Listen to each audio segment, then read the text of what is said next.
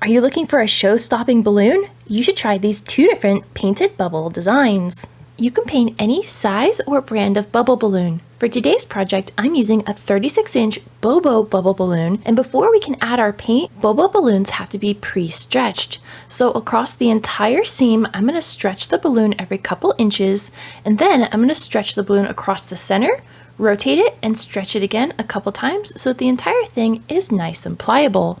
For any bubble balloon type, I'm now going to inflate the balloon until it's nearly its full size using an electric balloon inflator. Make sure you get the tip of the balloon inflator up into the round portion of the balloon for nice even inflation. If your bubble balloon isn't completely spherical, you can always press it against the table a little bit and try and force it into a round shape. Then, once I've got it completely inflated, I'm going to let all the air out, but don't squish it flat yet. We want to leave a little bit of air inside the bubble so we have room to paint.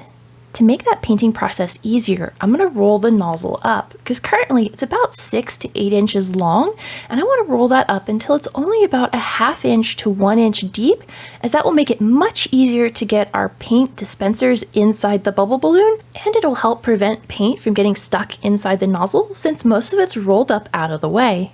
I'm using 2-ounce bottles of craft grade acrylic paint to paint the inside of my bubble with. For one of the paint patterns I'll be showing you today, you'll be able to dispense the paint directly out of these paint jars.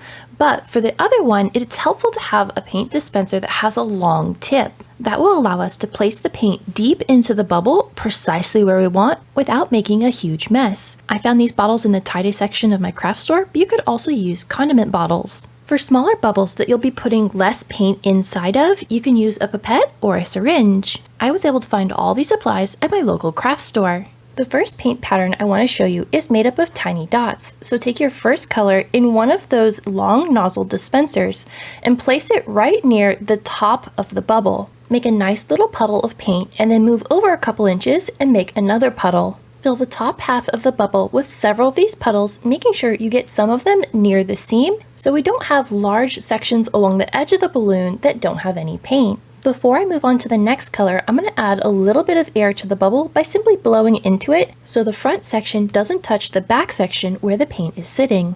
Because if it does that, the two will stick together and make adding future paint a little bit more difficult. Using my next color, I'm going to make more puddles of paint in the top half of the bubble and intersperse this color in between the first color, making sure I'm getting a nice even distribution.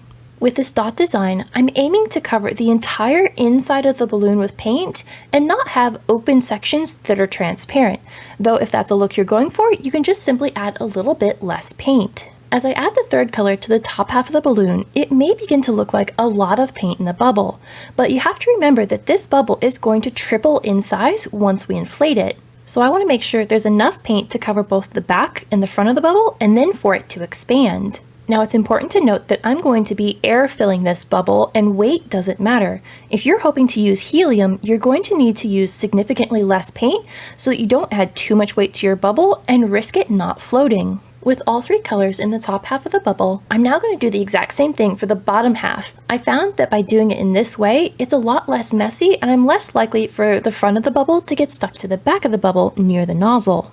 In order to get full coverage for these 36-inch bubbles, I used almost the entire 2-ounce bottle in each of my 3 colors. Don't worry if your puddles of paint begin to overlap or touch each other, as we're going to be squishing them all together and you are going to get some blending of your colors. Just try your best to leave the bubble flat on the table.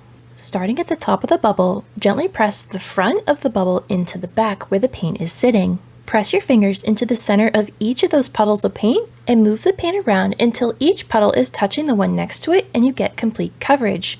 Don't forget the seams of the balloon, making sure the paint gets right up into that crease so we don't have any open areas along the edge. Once you're happy with the placement of the paint, unroll the nozzle and this balloon is ready to be inflated. The second painted bubble design I want to show you is a bit more freeform. We don't have to add the paint deep into the bubble, so I'm going to squeeze the paint directly from its container and simply rip off the lid so it can fit inside the nozzle. Squeeze 2 large puddles of paint 3 to 4 inches into the bubble, leaving space between those 2 puddles for the other colors. Layer in all 3 paint colors in this way, and if they do overlap, don't worry, they're large enough sections that each color will still have distinction, even though there will be some color blending in the next step. Using your fingers or a plastic card, gently press the paint towards the top of the bubble. I'm only going to push the paint about halfway up, as I want the top section of this bubble to still be clear and give us room to add a little bit of a splatter effect with this paint. Don't forget to pull the paint along the seam edge, and then once about half of the bubble is covered in paint, with large pools right at the top edge of where that paint stops, we're going to unroll the nozzle and inflate this balloon. Because the bubble is so heavy from paint, I'm going to leave most of the bubble sitting on the table and just put the nozzle over my balloon inflator tip and start filling it until the bubble stands upright. Now the paint will move around a little bit while it's inflating, and that's part of the magic of this balloon. Now once I've got it to its full size, I'm going to turn it upside down and tie the nozzle in a nice tight knot against the round part of the balloon.